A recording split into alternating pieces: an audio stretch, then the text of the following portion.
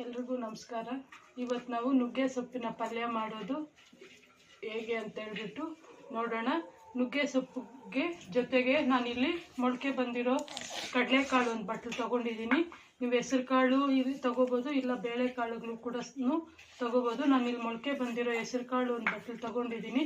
ಮತ್ತು ನೀಟಾಗಿ ಬಿಡಿಸಿ ತೊಳೆದಿಟ್ಕೊಂಡಿರೋ ನುಗ್ಗೆ ಸೊಪ್ಪು, ಮತ್ತು ಕಡಲೆ ಬೀಜ 1 ಕಪ್ಪು, ಕಡಲೆಪಪ್ಪು 1 ಕಪ್ಪು, ಮೆಣಸಿನ್ಕಾಯಿ, ಬೆಳ್ಳುಳ್ಳಿ 1, 2 ಈರುಳ್ಳಿ, ರುಚಿಗೆ ತಕ್ಕಷ್ಟು ಉಪ್ಪು, ಮತ್ತು ಒಗ್ಗರಣೆಗೆ ನೀವೇನು ಪದಾರ್ಥಗಳು ಹಾಕ್ತೀರಾ ಆ ಪದಾರ್ಥಗಳನ್ನು ನೀವು ಬಳಸ್ಕೊಳ್ಳಿ. ಎಣ್ಣೆ, ಸಾಸಿವೆ, ಕರಿಬೇವಿನ ಸೊಪ್ಪು, ಒಂದು ಚಿಟಿಕೆ ಇಂಗು ಕೂಡ ನೀವು ಬಳಸ್ಕೊಂಡು ಈ ಈರುಳ್ಳಿನ ಹಚ್ಕೊಳ್ಳಿ. ಮೊದಲಿಗೆ ಈ ಕಡಲೆಕಾಳು ಮತ್ತು ನುಗ್ಗೆ ಸೊಪ್ಪನ್ನು ಒಲೆ ಮೇಲೆ ಇಟ್ಟು ಬೇಯಿಸ್ಕೋಬೇಕು. ಮತ್ತು ಇವು 4 ಕಡಲೆ ಬೀಜ, ಕಡಲೆಪಪ್ಪು, ಮೆಣಸಿನ್ಕಾಯಿ ಮತ್ತು ಈ ಬೆಳ್ಳುಳ್ಳಿನ ಮಿಕ್ಸಿಗೆ ಹಾಕಿ ಪೌಡ್ರ್ ಮಾಡ್ಕೋಬೇಕು.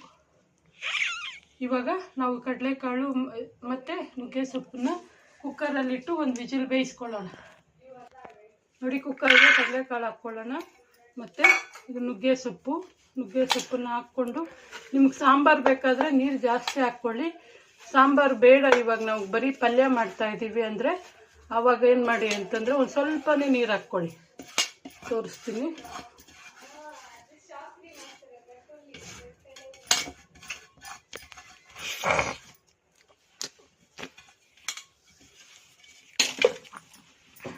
ನೋಡಿ, 1 ಲೋಟ ನೀರು ಅಷ್ಟೇ ಹಾಕ್ಕೊಂಡು ಚಿಮ್ಸ್ಕೊಳ್ಳಿ.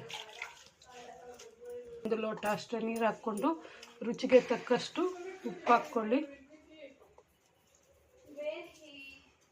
ರುಚಿಗೆ ತಕ್ಕಷ್ಟು ಉಪ್ಪು ಹಾಕ್ಕೊಂಡು ಕುಕ್ಕರ್ ಕ್ಲೋಸ್ ಮಾಡಿ 1 ವಿಜಲ್ನ ಕೂಗಿಸಿ. ಈರುಳ್ಳಿನ ನೀಟಾಗಿ ಬಿಡಿಸಿ ತೊಳೆದು ಹಚ್ಕೊಳ್ಳಿ. ಇಲ್ಲಿ ಕಡಲೆಪಪ್ಪು, ಈ ಕಡಲೆ ಬೀಜ ಮತ್ತು ಈ ಬೆಳ್ಳುಳ್ಳಿ ಮತ್ತು ಈ ಮೆಣಸಿನ್ಕಾಯಿನ ಮಿಕ್ಸಿಗೆ ಹಾಕ್ಕೊಂಡು ಪೌಡ್ರ್ ಮಾಡ್ಕೊಳ್ಳಿ.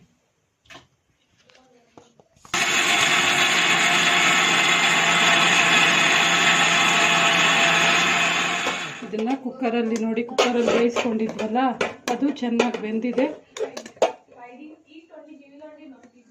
ಕುಕ್ಕರಲ್ಲಿ ಬೇಯಿಸ್ಕೊಂಡಿರೋದು ಚೆನ್ನಾಗಿ ಬೆಂದಿದೆ. ಈಗ ನೋಡಿ, ಇದು 1 ಚೂರು ನೀರಿದೆ, ಅದನ್ನು ಬಟ್ಲಿಗೆ ಬಗ್ಗಿಸ್ಕೊಳ್ಳಿ.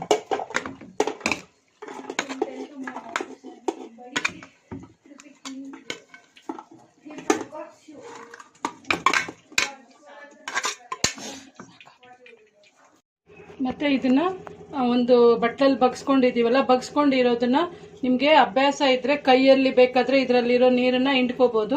ಅಭ್ಯಾಸ ಇಲ್ಲ, ಕೆಲವ್ರಿಗೆ ಬಿಸಿ ಮುಟ್ಟಕ್ಕೆಲ್ಲ ಆಗಲ್ಲ ಅಂತಂದರೆ ಈಗ ನೋಡಿ, ಈ ತೂತುಗಳ ಬಟ್ಲು ಇದೆಯಲ್ಲ, ಪಲ್ಯದ ಬಟ್ಲು,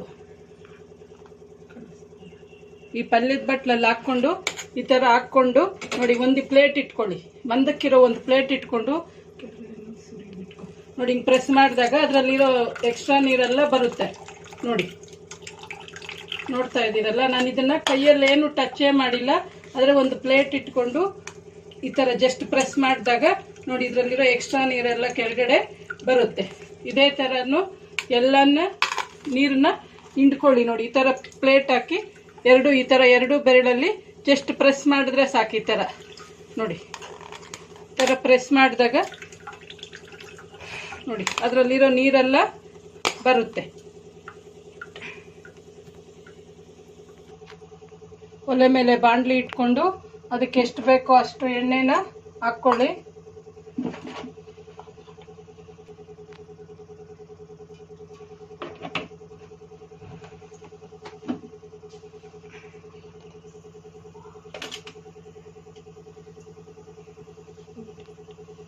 ನೋಡಿ, ಎಷ್ಟು ಬೇಕಷ್ಟು ಎಣ್ಣೆ ಹಾಕ್ಕೊಳ್ಳಿ. ಒಂದು ಸ್ವಲ್ಪ ಎಣ್ಣೆ ಜಾಸ್ತಿನೇ ಹಾಕ್ಕೊಳ್ಳಿ, ಯಾಕಂದರೆ ನುಗ್ಗೆ ಸೊಪ್ಪು ಒಂದು ಸ್ವಲ್ಪ ಕಹಿ ಬರುತ್ತೆ. ಅದರಿಂದ ಒಂದು ಸ್ವಲ್ಪ ಎಣ್ಣೆನ ಜಾಸ್ತಿ ಹಾಕ್ಕೊಳ್ಳಿ.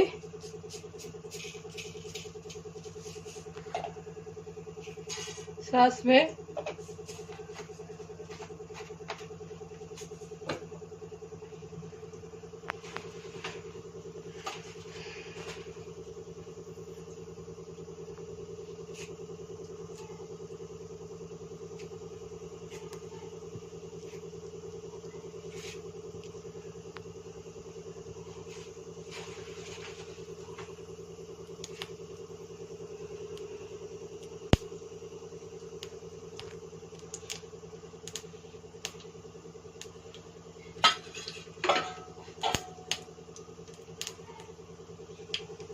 ನೋಡಿ ಸಾಸಿವೆ ಸಿಡಿತಾ ಇದೆ.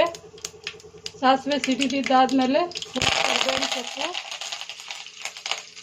ಕರಿಬೇವಿನ ಸೊಪ್ಪು ಜೊತೆಗೆ ನಾವು 2 ಈರುಳ್ಳಿನ ಹಚ್ಚಿಟ್ಕೊಂಡಿದ್ವಲ್ಲ ಅದು ಈರುಳ್ಳಿ ಹಾಕ್ಕೊಂಡು ಕೆಂಪಕ್ಕೆ ಫ್ರೈ ಮಾಡ್ಕೊಳ್ಳಿ. ಒಂಬಣ್ಣ ಬರೋವರೆಗೂ ಫ್ರೈ ಮಾಡ್ಕೊಳ್ಳಿ. ಚೆನ್ನಾಗಿ ಬಂದಿದೆ. ಇದು ನೋಡಿ ಈರುಳ್ಳಿ ಎಲ್ಲನೂ ಸ್ವಲ್ಪ ಯೆಲ್ಲೋಯಿಶ್ ಆಗಿದೆ, ಹಳದಿ ಬಣ್ಣ ಬಂದಿದೆ.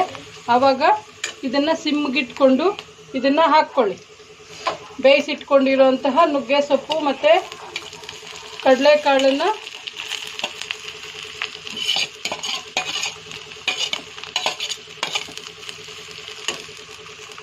ಹಾಕ್ಕೊಳ್ಳಿ.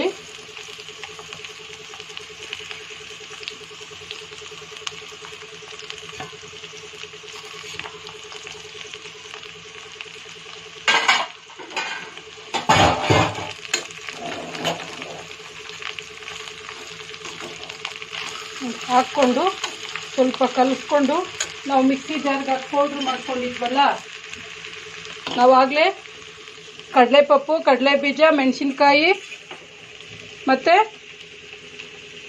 ಬೆಳ್ಳುಳ್ಳಿ, ಸ್ವಲ್ಪ ಉಪ್ಪು ಹಾಕಿ ಇದನ್ನು ಮಿಕ್ಸಿ ಜಾರಲ್ಲಿ ಪೌಡ್ರ್ ಮಾಡ್ಕೊಂಡಿದ್ದೀವಿ. ಅದನ್ನು ಇದ್ರ ಮೇಲೆ ಸುರಿಯೋಣ, ಹಾಕೋಣ.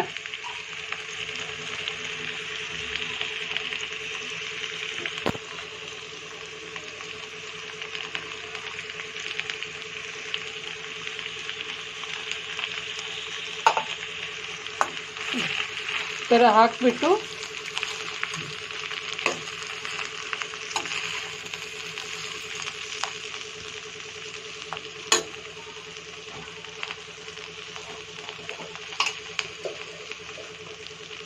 ಸ್ವಲ್ಪ ಅರಿಶಿಣದ ಪುಡಿ ಹಾಕಿ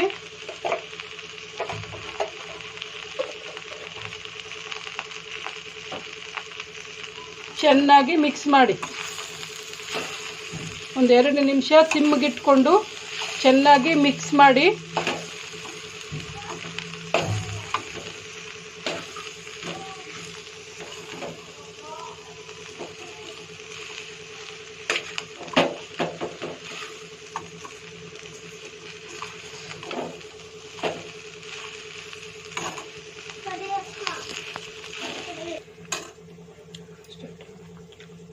ನೋಡಿದ್ರಲ್ಲ, ಈಗ ನುಗ್ಗೆ ಸೊಪ್ಪಿನ ಪಲ್ಯ ರೆಡಿಯಾಗಿದೆ.